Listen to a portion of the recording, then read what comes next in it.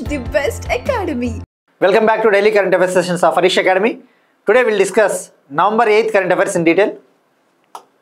ఇవాళ మన first topic politics సంబంధించిన ఒక important current affair, right to vote concept. Right to vote అనే ఒక కాన్సెప్ట్ సుప్రీంకోర్టులో అసోసియేషన్ ఫర్ డెమోక్రాటిక్ రిఫార్మ్స్కి చెందిన కొంతమంది వ్యక్తులు ఒక పిటిషన్ వేశారు. ఆ పిటిషన్ దేనికి సంబంధించింది అంటే ఈ ఫ్రీడమ్ ఆఫ్ ఓటింగ్కి సంబంధించినది. ఓటు స్వేచ్ఛగా ఓటు వేసేదానికి సంబంధించి ఒక పిటిషన్ వేశారు. అయితే సెంట్రల్ గవర్నమెంట్ సుప్రీంకోర్టులో తన అభిప్రాయాన్ని ఏమని వెల్లడించింది అంటే ఈ రైట్ టు ఓట్ అనేది ఫ్రీడమ్ ఆఫ్ ఓటింగ్ ఇవి రెండు కూడా different. Right to vote, freedom of voting ఇవి రెండు కూడా డిఫరెంట్. ఇక్కడ రైట్ టు ఓట్ అంటే ఓటు హక్కు, ఫ్రీడమ్ ఆఫ్ ఓటింగ్ అంటే ఓటును స్వేచ్ఛగా వేయడము. ఈ ఓటును స్వేచ్ఛగా వేయడము అనేది ఒకటి, అది వేరు. అలానే రైట్ టు ఓట్, ఈ ఓటు హక్కు అనేది ఇవి రెండు కూడా డిఫరెంట్ అని చెప్పేసి సెంట్రల్ గవర్నమెంట్ సుప్రీంకోర్టుకి తన అభిప్రాయాన్ని వెల్లడించింది. అయితే ఇక్కడ మెయిన్ రీజన్ పిటిషన్ ఎందుకు వేశారో మనం తెలుసుకోవాలి. సుప్రీంకోర్టులో అసోసియేషన్ ఫర్ డెమోక్రాటిక్ రిఫార్మ్స్కు చెందిన కొంతమంది పర్సన్స్ పిటిషన్ వేశారు. ఇక్కడ ఏడీఆర్ సంస్థ, ఈ ఏడీఆర్ సంస్థ అనేది ముఖ్యంగా ఇండియాలో ఎలక్టోరల్ రిఫార్మ్స్, ఎన్నికల సంస్కరణలకు సంబంధించి అలానే రాజకీయ నాయకుల అవినీతికి సంబంధించి ఎప్పటికప్పుడు రిపోర్ట్లు విడుదల చేస్తూ ఉంటుంది.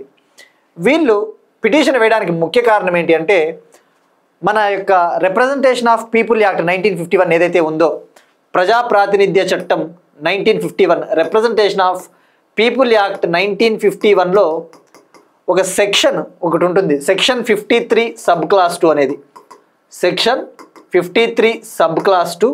అలానే conduct of elections rules 1961, conduct of elections rules 1961 అంటే ఎన్నికల నిర్వహణ నియమాలు 1961, ఎన్నికల నిర్వహణ నియమాలు 1961.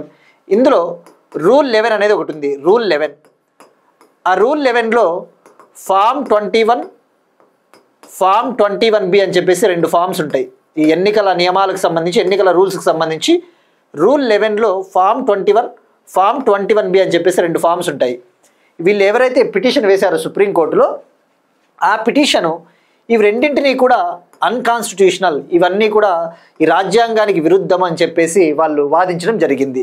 ఏవి అంటే section 53 sub clause 2 of representation people act 1951, ప్రజాప్రాతినిధ్య చట్టం 1951లో సెక్షన్ 53 సబ్ క్లాస్ 2, అలానే కండక్ట్ ఆఫ్ ఎలక్షన్స్ రూల్స్ 1961లో రూల్ 11ని ఛాలెంజ్ చేశారు. అందులోనూ ఫామ్ 21, ఫామ్ 21B.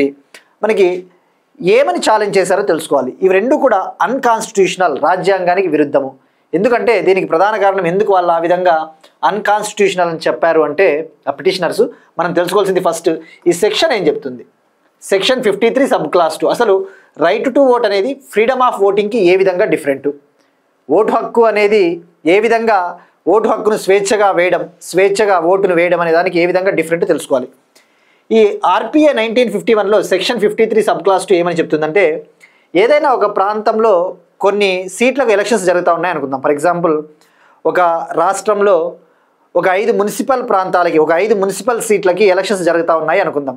ఆ 5 మున్సిపల్ సీట్లకు గాను 5 నామినేషన్లే వచ్చి ఉంటే కనుక, ఫర్ ఎగ్జాంపుల్ ఆ 5 సీట్స్కి ఎలక్షన్స్ జరపాలి, ఆ 5 సీట్స్కి గాను కేవలం 5 నామినేషన్సే వచ్చాయనుకోండి, అప్పుడు ఏం చెప్తుంది అంటే ఈ సెక్షన్ 53 సబ్ క్లాస్ 2 ఆ 5 సీట్లకు గాను కేవలం 5 నామినేషన్లే వచ్చాయి కాబట్టి ఆ పోలింగ్ అనేది పెట్టుకోకుండానే, ఎలక్షన్ నిర్వహించుకోకుండానే ఆ రిటర్నింగ్ ఆఫీసర్ ఎవరైతే ఉంటారో ఆ ఎన్నికల అధికారి ఆ క్యాండిడేట్లని విజేతగా ప్రకటిస్తాడు. అంటే ఒక విధంగా చెప్పాలంటే ఏకగ్రీవ ఎన్నికలు. ఎందుకంటే ఈ 5 సీట్లకు ఎలక్షన్స్ జరుపుతూ ఉన్నారు, ఆ 5 సీట్లకు 5 నామినేషన్లే వచ్చాయి, ఒక్కొక్క సీట్కి ఒక్కొక్క నామినేషన్.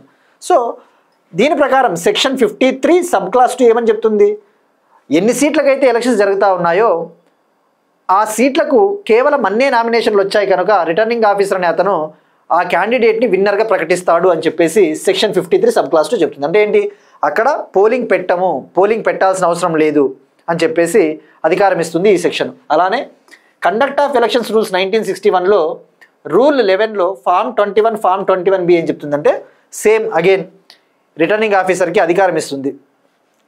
ఆ ప్రాంతంలో అక్కడ ఓటింగ్ పెట్టుకోకుండానే అతన్ని విజేతగా ప్రకటించండి అని చెప్పేసి, ఎందుకంటే నామినేషన్ ఒకటే వచ్చింది కాబట్టి.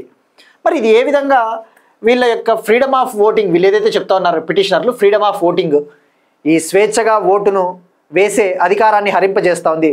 How it is against the principle of freedom of violating, principle of freedom of voting అని చెప్పేసి ఏ విధంగా చెప్తా ఉన్నారు అంటే, వీళ్ళేం చెప్తా ఉన్నారంటే పిటిషనర్లు, మాకు అసలు ఓటింగ్ జరపకపోవడం వల్ల, అక్కడ ఆ ప్రాంతంలో ఓటింగ్ అనేది జరపకపోవడం వల్ల మేము మా యొక్క అభిప్రాయాన్ని స్వేచ్ఛగా తెలియజేయలేకపోతా ఉన్నాము. ఫర్ ఎగ్జాంపుల్ మేము ఓటు వేయాలనుకుంటా ఉన్నాము, ఆ ఓటు రూపంలో నోటాకి వేయాలి అనుకుంటా ఉన్నాము ఆ ఓటుని.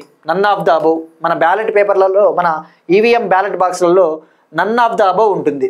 ఆ నన్ ఆఫ్ ద అబౌవ్ వేస్తే ఆ ఓటు అనేది చెల్లదు. జస్ట్ మనం ఆ క్యాండిడేట్ పట్ల మనకి ఇంట్రెస్ట్ ఉండదు.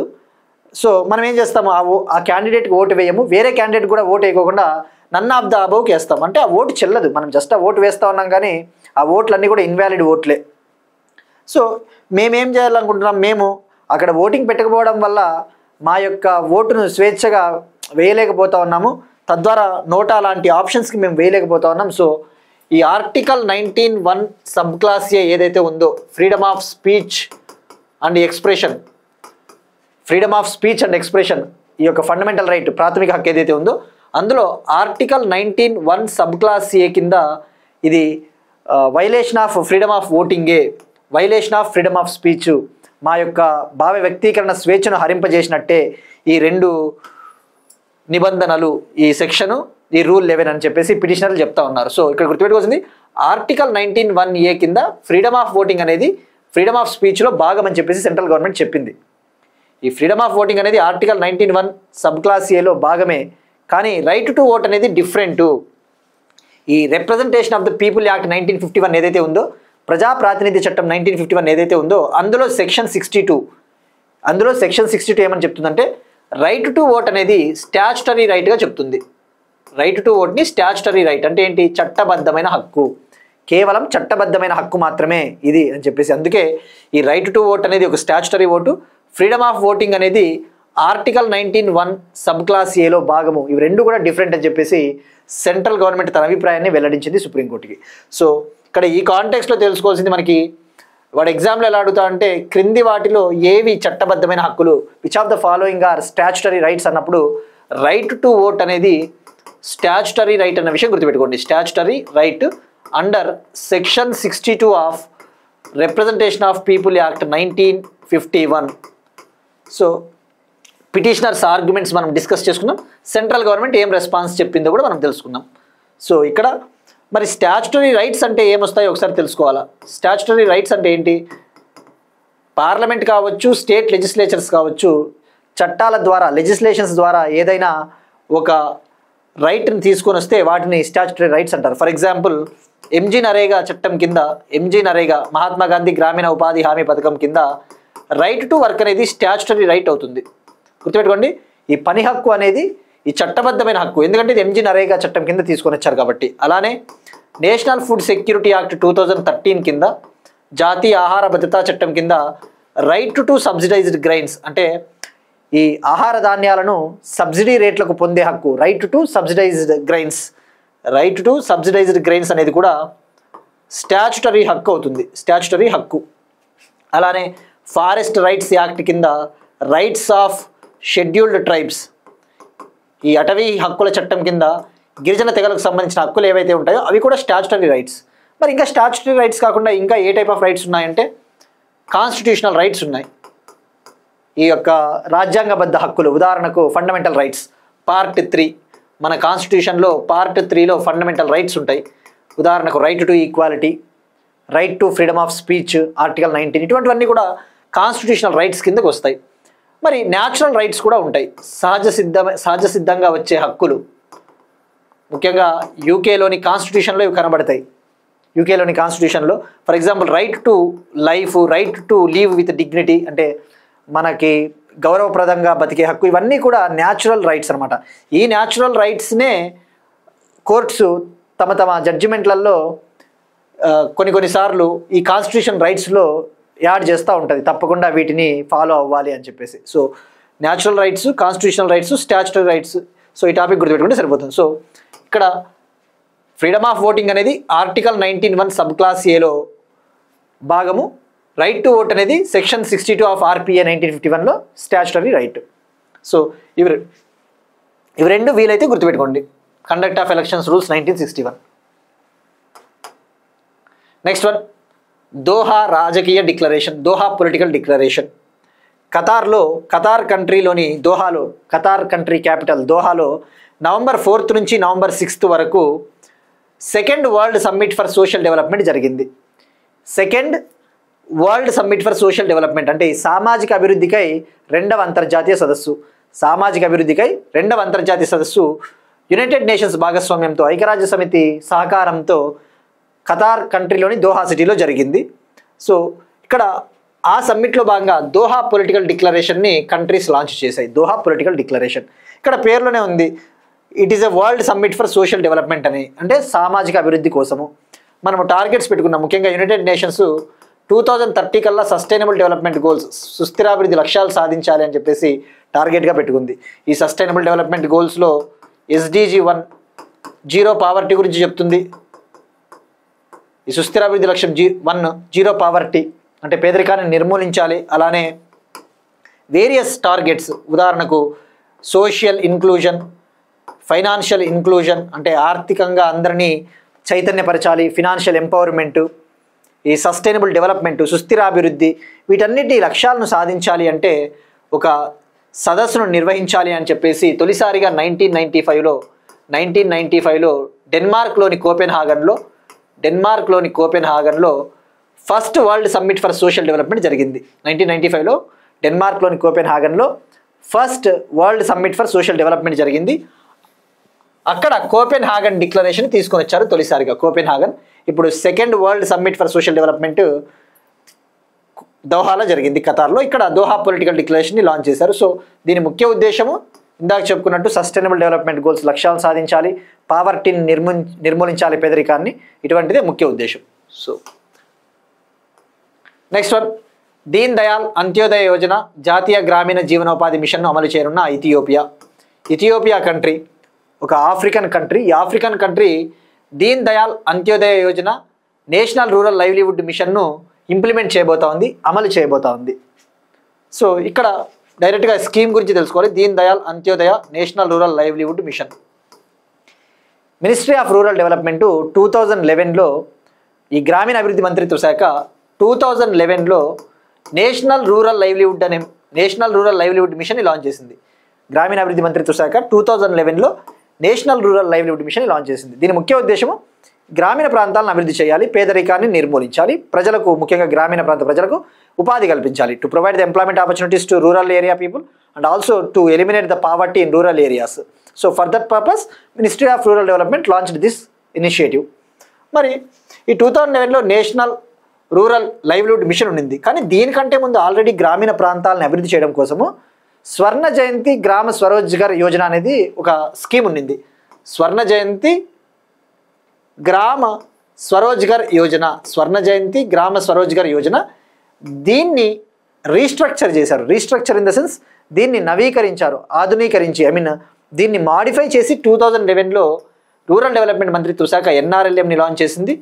2016లో దీని పేరు మార్చడం జరిగింది. 2016లో దీనికి Deen Dayal Antyodaya Yojana national rural livelihood mission అని చెప్పేసి పేరు పెట్టడం జరిగింది. ఇప్పుడు ఇథియోపియా కంట్రీ ఇథియోపియాలో పేదరికాన్ని నిర్మూలన చేయడం కోసము ఈ స్కీమ్ తరహాలో ఇటువంటి స్కీమ్ని అమలు చేయబోతోంది. అంటే ఇక్కడ స్కీమ్ని అమలు చేయడం అంటే ఏంటి? ఈ స్కీమ్లో ఉన్న లక్ష్యాలను సాధించడం కోసము ఈ స్కీమ్లో కాంపోనెంట్స్ ఏవైతే ఉన్నాయో ఆ కాంపోనెంట్స్, ఆ ప్రణాళికలను అమలు చేయబోతూ ఉంది. మరి ఈ ప్రణాళికలు ఏముంటాయి? ఫినాన్షియల్ ఇన్క్లూజన్ అంటే ఏంటి? ఆర్థికంగా అందరికీ బ్యాంక్ అకౌంట్లు కల్పించాలి, అందరికీ పెన్షన్లు, అటువంటివి, అర్హులైన వారందరికీ పెన్షన్లు కల్పించడం, అటువంటివి. సస్టైనబుల్ లైవ్లీవుడ్స్, ఈ కుల నిర్మూలన, ఇటువంటివన్నీ కూడా వస్తాయి. సుస్థిర అభివృద్ధి, ఇవన్నీ కూడా సోషల్ ఇన్క్లూజన్, అందరినీ కలుపుకొని పోవడం, ఇవన్నీ కూడా ఇందులో భాగంగా వస్తాయి components. Next one, agri Udan 8.0. ఇండియాలో ఈ అగ్రికల్చర్ సెక్టారు, ఫుడ్ సెక్టార్లో స్టార్టప్స్ని డెవలప్ చేయడం కోసం, ఈ ఆహార వ్యవసాయ రంగంలో అంకుర సంస్థలు, స్టార్టప్స్ని, చిన్న చిన్న కంపెనీలని ప్రోత్సహించడం కోసం, డెవలప్ చేయడం కోసము ఐకార్కు చెందిన ఒక అనుబంధ సంస్థ, ఇండియన్ కౌన్సిల్ ఫర్ అగ్రికల్చర్ రీసెర్చ్కు చెందిన నార్మ్ అనే ఒక అనుబంధ సంస్థ అగ్రి ఉడాన్ 8.0ని హైదరాబాద్లో లాంచ్ చేసింది. ఎక్కడ లాంచ్ చేసింది? హైదరాబాద్లో. ఇక్కడ నార్మ్ అంటే national academy of agricultural research and management. National academy of agricultural research and management ఇది హైదరాబాద్లో ఉంటుంది. ఇది ఐకార్కు చెందిన అనుబంధ సంస్థ. ఐకార్కు చెందిన అనుబంధ సంస్థ. ICAR head quarters New Delhi.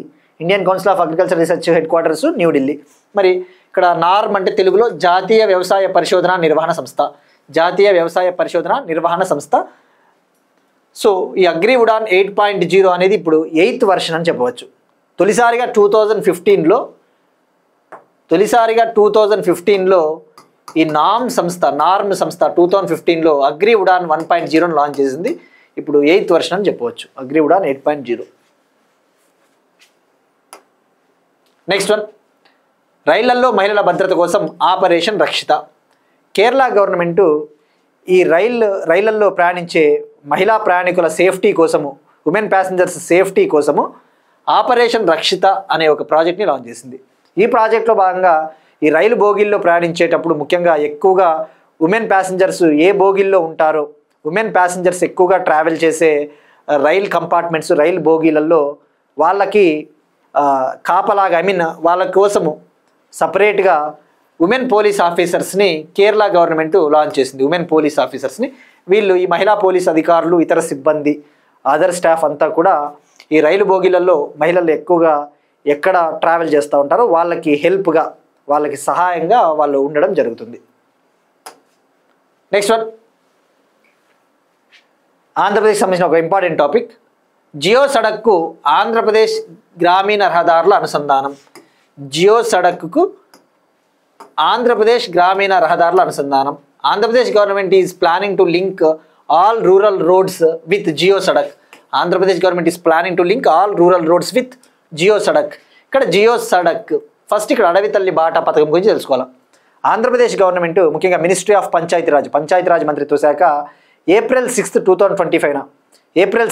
2025న ఒక స్కీమ్ని లాంచ్ చేసింది, అడవి తల్లి బాట పథకం.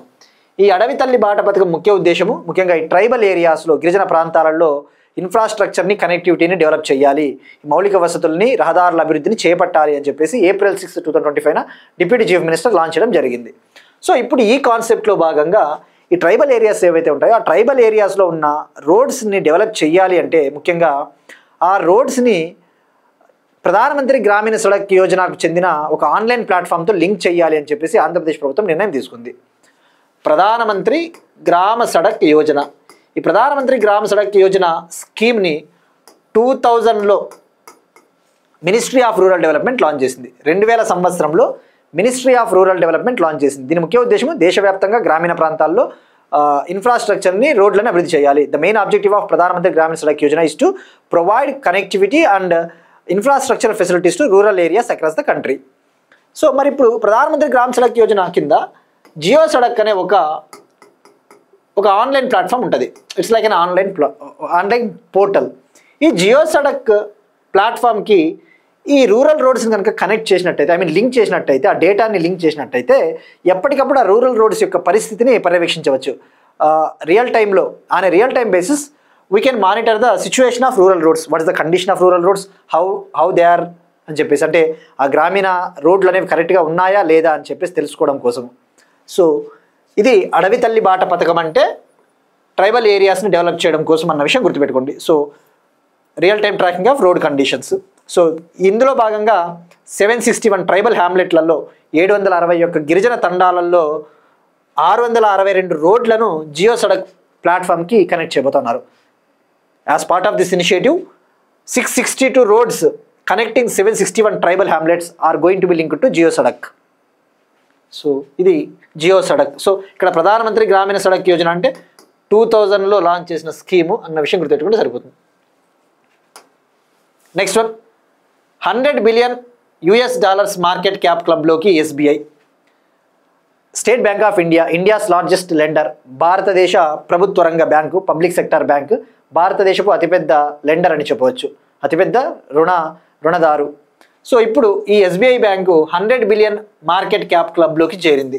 అంటే మార్కెట్ క్యాపిటలైజేషన్ విలువ పరంగా చూస్తే ఈ $100 బిలియన్ క్లబ్లోకి జాయిన్ అయిన 6th ఇండియన్ కంపెనీ. ఇందులోకి జాయిన్ అయిన 6th Indian company, first public sector organisation. ఈ $100 బిలియన్ మార్కెట్ క్యాప్ క్లబ్లోకి చేరిన 6వ భారతీయ కంపెనీ, అలానే మొదటి ప్రభుత్వ రంగ సంస్థ అని చెప్పవచ్చు. మరి ఎస్బీఐ కంటే ముందు ఏమున్నాయంటే హెచ్డిఎఫ్సి బ్యాంకు, ప్రైవేట్ బ్యాంకులైన హెచ్డిఎఫ్సి బ్యాంకు, ప్రైవేట్ బ్యాంకులైన HDFC, ICICI, Jio, Bharti Airtel, Tata consultancy services. ఇప్పుడు ఇది 6వదని చెప్పవచ్చు.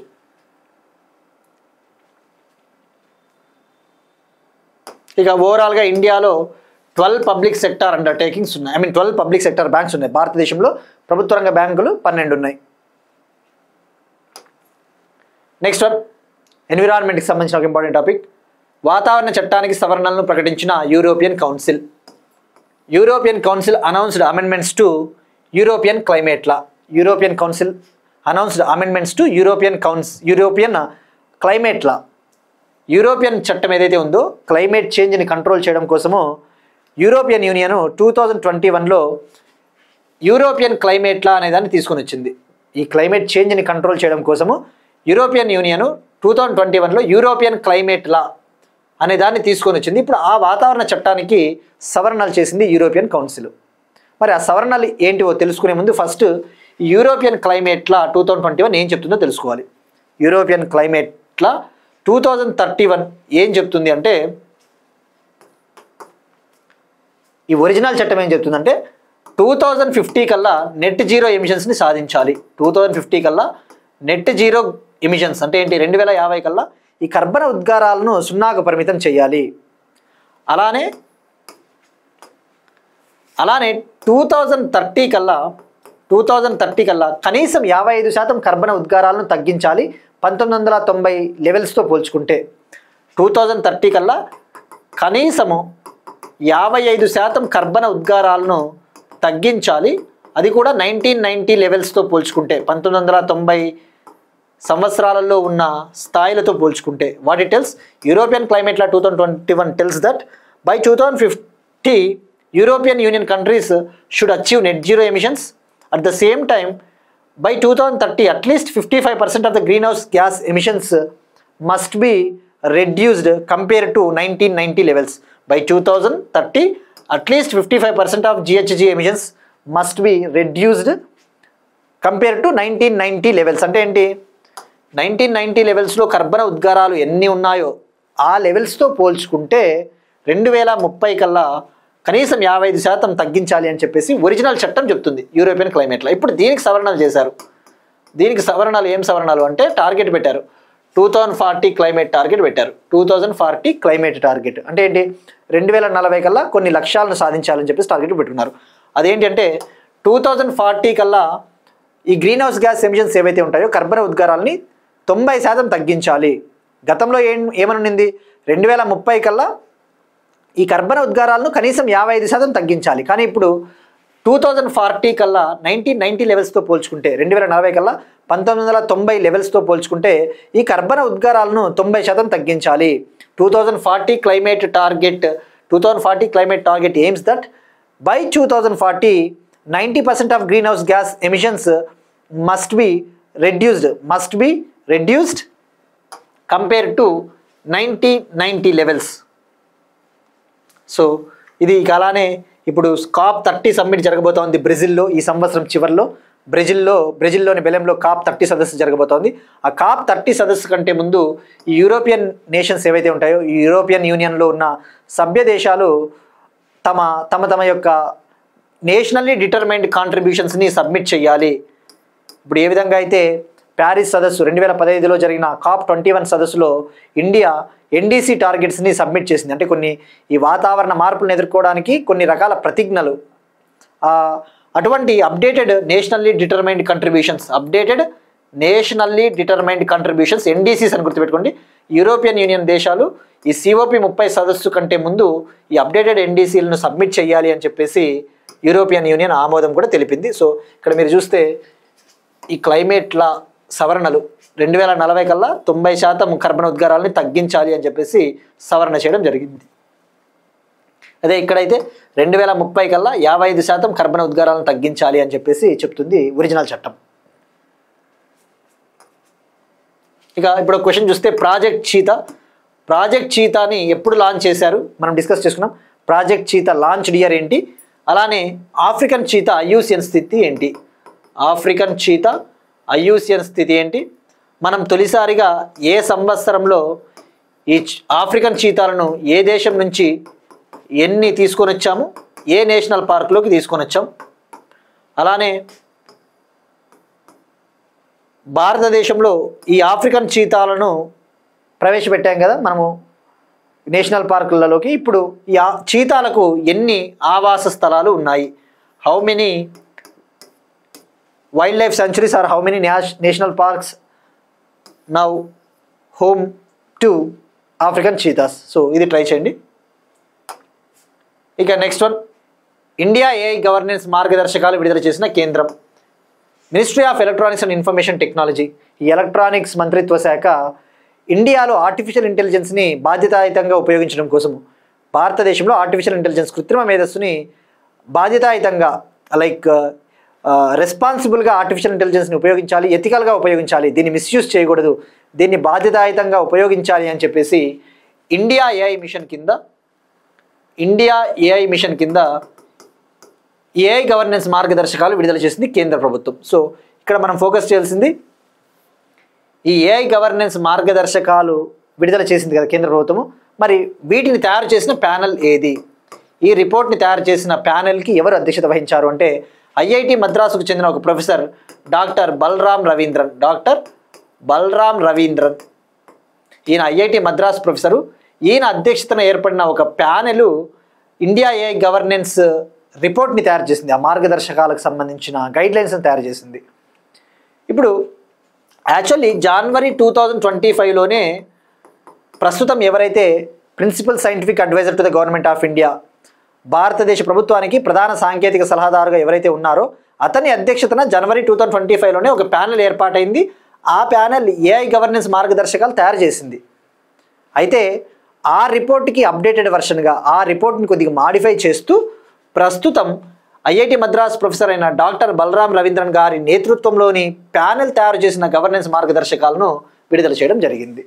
సో మరి గతంలో జనవరి 2025లో ప్రజల ఆమోదం కోసము విడుదల చేసిన మార్గదర్శకాలకు ప్యానెల్కు ఎవరు అధ్యక్షత వహించారు అంటే అజయ్ కుమార్ సూద్ గారు. ఈయన ప్రస్తుతం ప్రధాన సాంకేతిక సలహాదారుగా వ్యవహరిస్తూ ఉన్నారు, భారతదేశ ప్రభుత్వానికి ప్రధాన సాంకేతిక సలహాదారు. సో ఇప్పుడు ఈ రిపోర్ట్ని విడుదల చేసింది ఈయనే, అజయ్ కుమార్ సూద్ గారే విడుదల చేశారు. బట్ గుర్తుపెట్టుకోండి, ఇండియా ఏఐ గవర్నెన్స్ మార్గదర్శకాల రిపోర్ట్ని ఎవరు తయారు చేశారు అంటే బలరామ్ రవీంద్రన్ గారి నేతృత్వంలోని ప్యానెల్. సో మరి ఇప్పుడు బాధ్యతాయుతంగా కృత్రిమ మేధస్సును ఉపయోగించాలి. మనం చూస్తూ ఉన్నాం ఆర్టిఫిషియల్ ఇంటెలిజెన్స్ని మిస్యూజ్ చేస్తూ ఉంటారు, దీన్ని దుర్వినియోగం చేస్తూ ఉంటారు. సో దీన్ని బాధ్యతాయుతంగా వినియోగించాలి అంటే ఇది 7 రకాల సూత్రాలపైన 7 సూత్రాస్ పైన ఫోకస్ చేసింది. 7 సూత్రాలు, 7 ప్రిన్సిపల్స్ని ఫాలో అవ్వాలి. అప్పుడే మనము ఈ ఆర్టిఫిషియల్ ఇంటెలిజెన్స్ని ఎథికల్గా బాధ్యతాయుతంగా ఉపయోగించుకోవచ్చు మన యొక్క ప్రజల అవసరాల దృష్ట్యా అని చెప్పేసి చెప్పింది. సో ఆ 7 ప్రిన్సిపల్స్ ఏంటో తెలుసుకుంటే సరిపోతుంది. ట్రస్ట్ ఈజ్ ద ఫౌండేషన్ అన్నాడు. ట్రస్ట్ అంటే ఏదైనా ఒక ఏఐ పాలసీ, ఏఐ సిస్టమ్ని డెవలప్ చేసేటప్పుడు ట్రస్ట్ ఉండాలి, నమ్మకం ఉండాలి. పీపుల్ ఫస్ట్, ఏదైనా ఒక ఏఐ పాలసీని తయారు చేసేటప్పుడు ప్రజలను దృష్టిలో ఉంచుకోవాలి. ఇన్నోవేషన్, నూతనాత్మకతకు ప్రాధాన్యత కల్పించాలి. ఫెయిర్నెస్ అండ్ ఈక్విటీ, ఫెయిర్నెస్ అంటే ఒక పాలసీ కానీ ఏదైనా ఒక సిస్టమ్ డెవలప్ చేస్తూ ఉన్నప్పుడు అందులో న్యాయం ఉండాలి, ఫెయిర్నెస్ ఉండాలి. అకౌంటబిలిటీ, పారదర్శకత ఉండాలి. అండర్స్టాండబుల్ బై డిజైన్ అంటే అది అర్థమయ్యేలాగా ఉండాలి అందరికీ, అండర్స్టాండబుల్ బై డిజైన్. అలానే సేఫ్టీ, రెసిలియన్స్, సస్టైనబిలిటీ. ఆ ఏఐ వల్ల మనకు సేఫ్టీ కలిగించేలా ఉండాలి, సుస్థిరంగా అభివృద్ధి కలిగించేలా ఉండాలి, కానీ అది మన యొక్క వినాశనానికి దారి తీయకూడదు అన్నదే. సో జస్ట్ 7 ప్రిన్సిపల్స్ అని గుర్తుపెట్టుకోండి. ఈ ప్యానెల్కి ఎవరు అధ్యక్షత వహించారు, విడుదల చేసిన మంత్రిత్వ శాఖ ఏది, మినిస్ట్రీ ఆఫ్ ఎలక్ట్రానిక్స్. ఎన్ని ప్రిన్సిపల్స్ పైన ఫోకస్ చేసిందంటే 7 ప్రిన్సిపల్స్. ఇక నెక్స్ట్ ఇయర్ 2026లో ఇండియా ఏఐ ఇంపాక్ట్ సమ్మిట్ న్యూఢిల్లీలో జరగబోతోందని చెప్పేసి మనం తెలుసుకున్నాం. నెక్స్ట్ వన్ డిఫెన్స్ టెక్నాలజీకి సంబంధించి ఒక ఇంపార్టెంట్ టాపిక్. 113 ఫైటర్ జెట్ ఇంజన్ల కోసం జిఈ ఏరోస్పేస్తో హిందుస్థాన్ ఏరోనాటిక్స్ లిమిటెడ్ $1 బిలియన్ ఒప్పందం. Hindustan aeronautics limited signed an agreement with GE Aerospace worth of $1 billion for the procurement of 113 fighter jet engines. Hindustan Aeronautics Limited signed an agreement with GE Aerospace to procure 113 fighter jet engines with a worth of about $1 billion. ఇక్కడ GE Aerospace company, ఇది అమెరికాకు చెందిన ఒక aerospace company, అమెరికాకు చెందిన defence aerospace company. మరి ఇక్కడ తెలుసుకోవాల్సింది ఫస్ట్ ఈ ఇంజన్లు ఏంటివి. ఆ ఇంజన్స్ నేమ్ వచ్చేసి F404 engines, F404 GE IN-20 engines. గుర్తుపెట్టుకోండి, జస్ట్ F404 ఇంజన్స్. మరి ఇంజన్లను ఎందులో వాడతారు అంటే LCA Tejas, light combat air craft Tejas. ఈ తేజాస్ యుద్ధ విమానాల్లో వాడే ఇంజన్లే F404 ఇంజన్లు. వీటిని మనము అమెరికాకు చెందిన GE ఏరోస్పేస్ కంపెనీ నుంచి కొనబోతా ఉన్నాం, పర్చేస్ చేయబోతా ఉన్నాం. సో మరి ఇక్కడ ఫస్ట్ LCA తేజాస్ విషయానికి వస్తే సెప్టెంబర్ 2025లో మినిస్ట్రీ ఆఫ్ డిఫెన్స్, రక్షణ మంత్రిత్వ శాఖ హిందుస్థాన్ ఏరోనాటిక్స్ లిమిటెడ్తో 62,370 కోట్ల ఒప్పందం కుదుర్చుకునింది. సెప్టెంబర్ 2025లో రక్షణ మంత్రిత్వ శాఖ Hindustan aeronautics limited, Bengaluru head quarters, ఇది బెంగళూరు ప్రధాన కార్యాలయంగా ఉన్న హిందుస్థాన్ ఏరోనాటిక్స్ లిమిటెడ్ సంస్థతో 97 LCA తేజాస్ మార్క్ 1A యుద్ధ విమానాల కోసం 97 LCA మార్క్ 1A తేజాస్ యుద్ధ విమానాల కోసం 62,370 కోట్ల ఒప్పందం కుదుర్చుకునింది. So in September 2025 ministry of defence signed an agreement with HAL for the procurement of 97 light combat aircraft Tejas with a worth of 62,370 crore for the Indian Air Force, భారతదేశ air force కోసం. So మరి ఇప్పుడు ఆ 97 యుద్ధ విమానాలను HAL నుంచి మనము కొనుగోలు చేయబోతా ఉన్నాము. మరి ఆ యుద్ధ విమానాల్లో వాడే ఇంజన్లను ఎక్కడి నుంచి కొంటా ఉన్నామంటే GE ఏరోస్పేస్ కంపెనీ. ఇక్కడ GE అంటే general electric aerospace company, America అన్న విషయం గుర్తుపెట్టుకోండి. ఆ ఇంజన్ పేరు కూడా చాలా ఇంపార్టెంట్, F404 ఇంజన్స్. సో ఇక్కడ మెయిన్గా తెలుసుకోవాల్సింది ఈ ఫిగర్ చాలా ఇంపార్టెంట్, ఎన్ని వేల కోట్ల ఒప్పందము. మరి ప్రొడక్షన్ డెలివరీ ఎప్పుడు స్టార్ట్ అవుతుంది అంటే ఈ ఏరోస్పేస్ ఇంజన్ల డెలివరీ 2027లో మొదలవుతుంది. ఆ అమెరికన్ కంపెనీ 2027లో మనకి డెలివరీ చేయడం మొదలు పెడుతుంది. 2032 కల్లా ఆ డెలివరీ కంప్లీట్ అవుతుంది. In 2027 the delivery of F404 engines will take place. By 2032 the delivery will be completed. At the same time the procurement of these 97 LCA Mark 1A Tejas fighter jets also commence from 2027. It will be completed by 2032.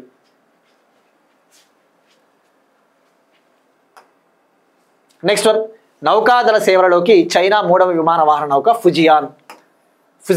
China ఒక aircraft క్యారియర్ని develop చేసింది, విమాన వాహన నౌకని. ఏ విధంగా అయితే మనకి INS Vikrant ఉందో, మన INS విక్రాంత్ భారతదేశం మొట్టమొదటి స్వదేశీ విమాన వాహన నౌక, India's first indigenous air craft carrier INS Vikrant. ఇటీవల ప్రధానమంత్రి నరేంద్ర మోడీ గారు గోవాలో INS విక్రాంత్ పైన సెలబ్రేషన్స్ చేసుకున్నారు, మనం డిస్కస్ చేసుకున్నాం INS విక్రాంత్ పైన. సో ఇప్పుడు ఫుజియాన్ అనేది కూడా ఒక ఎయిర్ క్రాఫ్ట్ క్యారియర్, విమాన వాహన నౌక. ఇది చైనాకు చెందిన 3వ విమాన వాహన నౌక. ఇది అత్యాధునికమైన అత్యాధునికమైన విమాన వాహన నౌక. ఎందుకంటే దీనికి ఒక క్యాపబిలిటీ ఉంది, ఒక సామర్థ్యం. ఇది ఎలక్ట్రోమాగ్నెటిక్ షిప్ అంటే ఈ విమాన వాహన నౌక ఫుజియాన్ని ఉపయోగించి ప్లేన్స్ని, ఈ యుద్ధ విమానాలని ప్లేన్స్ని ఎంత స్పీడ్తోనైనా కూడా లాంచ్ చేయవచ్చు తక్కువ టైంలో. Within short span of time these planes can be launched using this aircraft carrier. ఈ విమాన వాహన నౌకను ఉపయోగించి ఈ యుద్ధ విమానాలని వీటిని చాలా తక్కువ సమయంలోనే లాంచ్ చేయడం కుదురుతుంది. So electromagnetic equipped ship. మరి ఇటువంటి ఎలక్ట్రోమాగ్నెటిక్ టెక్నాలజీ కలిగిన షిప్ ఏదైనా ఉందంటే కేవలం ఇది 2వది మాత్రమే. అమెరికాకు చెందిన USS గెరాల్డ్ ఫోర్డ్ అనే ఎయిర్ క్రాఫ్ట్ క్యారియర్కి ఈ ఎలక్ట్రోమాగ్నెటిక్ సామర్థ్యం ఉంది. ఇప్పుడు ఈ ఫుజియాన్కి కూడా ఉంది. So it is the second ship to have the capability of electromagnetic technology. So ఇక్కడ గుర్తుపెట్టుకోండి, చైనాకు చెందిన 3వ విమాన వాహన నౌక ఫుజియాన్. దీన్ని చైనా నేవీకి అప్పగించడం జరిగింది. చైనా నేవీకి అప్పగించింది. ఇక చైనా దగ్గర ఉన్న నావికా దళం, ఈ నావల్ ఫోర్స్ ఏదైతే ఉందో అమెరికా కంటే కూడా పెద్దది. కరెంట్లీ ప్రపంచంలో ప్రస్తుతము అత్యంత భారీ స్థాయిలో అత్యంత పెద్దదైన నౌకాదళం ఏ దేశం అంటే చైనానే. World's largest naval power China. So Fujian. Next one, awards. Ambujnath Bose prize. Ambujnath Bose prize అనేది ఈ వైద్య శాస్త్రంలో ఎవరైతే సేవలు చేసి ఉంటారో, ఈ మెడికల్ సెక్టార్లో, ఈ మెడిసిన్ రంగంలో సేవలు, అత్యుత్తమమైన సర్వీసెస్, అత్యుత్తమమైన ఇన్నోవేషన్స్ చేసిన వాళ్ళకి యూకేకి చెందిన royal college of physician, UK country, United Kingdom కంట్రీకి చెందిన royal college of physicians every year ఈ అవార్డుని ఇవ్వడం జరుగుతుంది. ప్రతి సంవత్సరం ఈ అవార్డుని ఇవ్వడం జరుగుతుంది. ఈ సంవత్సరం 2025 ఇయర్కి గాను ఇండియాకు, ముఖ్యంగా తెలుగు డాక్టర్, ఇండియాకు చెందిన తెలుగు డాక్టర్ డి నాగేశ్వర రెడ్డి గారికి ఈ అవార్డు లభించింది. డి నాగేశ్వర రెడ్డి గారు, ఈయన ప్రముఖ గ్యాస్ట్రోఎంట్రాలజిస్ట్. ఈయన Asian institute of gastroenterology hospitals chairman, AIG hospitals chairman. మరి గతంలో ఈ అవార్డుని ఎవరైనా ఇండియా నుంచి పొందారా అంటే 1998లో తమిళనాడుకు చెందిన సి గోపాలన్ అనే ఒక డాక్టర్ ఈ అవార్డుని పొందారు. ఇప్పుడు he's the second Indian to win this award. ఈ అంబుజ్నాథ్ బోస్ ప్రైజ్ను గెలుచుకున్న 2వ భారతీయుడు నాగేశ్వర రెడ్డి గారు. నెక్స్ట్ వన్, స్పోర్ట్స్కి సంబంధించి 2029 ఐసీసీ మహిళల వన్డే ప్రపంచ కప్లో 10 జట్లు, 2029 ఐసీసీ ఉమెన్స్ వన్డే వరల్డ్ కప్లో 10 టీమ్స్ పార్టిసిపేట్ చేయబోతా ఉన్నాయని చెప్పేసి ఐసీసీ ఇంటర్నేషనల్ క్రికెట్ కౌన్సిల్ ప్రకటించింది. International cricket council head quarters Dubai. ప్రస్తుతం దీనికి చైర్మన్గా జైషా ఉన్నాడు. అమిత్ షా కొడుకు. మరి ఇప్పుడు 2025 ఉమెన్స్ వరల్డ్ కప్ మొన్న జరిగింది. ఫైనల్ ముంబైలోని డివై పాటిల్ స్టేడియంలో ఇండియన్ ఉమెన్స్ టీము ఫైనల్లో సౌత్ ఆఫ్రికా ఉమెన్స్ టీంని ఓడించి కప్పు గెలుపొందింది. అయితే అందులో 8 టీమ్సే పాల్గొన్నాయి. మొన్న జరిగిన 2025 ఉమెన్స్ ఓడిఐ వరల్డ్ కప్లో 8 టీమ్సే పాల్గొన్నాయి. ఇప్పుడు 2029లో ఇంకో 2 టీమ్స్ని యాడ్ చేయబోతూ ఉన్నారు. ఓవరాల్గా 10 టీమ్స్ పార్టిసిపేట్ చేయబోతూ ఉన్నాయి. ఇక ఐసీసీ ఉమెన్ క్రికెట్ కమిటీని కూడా ఏర్పాటు చేసింది. ICC women cricket committee. ఆ ఉమెన్ క్రికెట్ కమిటీలో ప్రస్తుతం మహిళల జట్టుకు హెడ్ కోచ్గా ఉన్న అముల్ ముజిమ్దార్, ప్రస్తుతం ఉమెన్స్ ఓడిఐ టీంకి, ఉమెన్స్ క్రికెట్ టీంకి హెడ్ కోచ్గా ఉన్న అముల్ ముజిమ్దార్ని, అలానే భారత మాజీ మహిళల క్రికెట్ జట్టు captain, India's former women's cricket team captain Mithali Raj, వీళ్ళిద్దరికీ కూడా ఈ కమిటీలో చోటు దక్కింది. ఇవి ఇవాల్టి కరెంట్ అఫైర్స్. మనం ఒకసారి క్విక్గా రికాప్ చేద్దాం. Right to vote, statutory right to vote అనేది ఒక చట్టబద్ధమైన హక్కు. దోహా రాజకీయ declaration. Deen Dayal Antyodaya Yojana, national rural livelihood mission అమలు చేయనున్న Ethiopia. Agri Udan 8.0, operation Rakshita Kerala. జియో సడక్, $100 బిలియన్ మార్కెట్ క్యాప్ క్లబ్లోకి ఎస్బీఐ. వాతావరణ చట్టానికి సవరణలు ప్రకటించిన యూరోపియన్ కౌన్సిల్.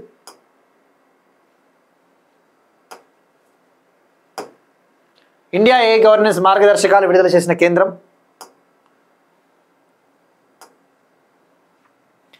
$113 ఫైటర్ జెట్ ఇంజన్ల కోసం జీఈ ఏరోస్పేస్తో హిందుస్థాన్ ఏరోనాటిక్స్ లిమిటెడ్ $1 బిలియన్ ఒప్పందం. చైనా 3వ విమాన వాహన నౌక Fujian. Ambujnath Bose prize winner D Nageswara Reddy గారు. 2029 ఐసీసీ ఉమెన్స్ ఓడిఐ వరల్డ్ కప్లో 10 teams. That's it. These are today's current affairs. We'll meet you next time and thank you everyone.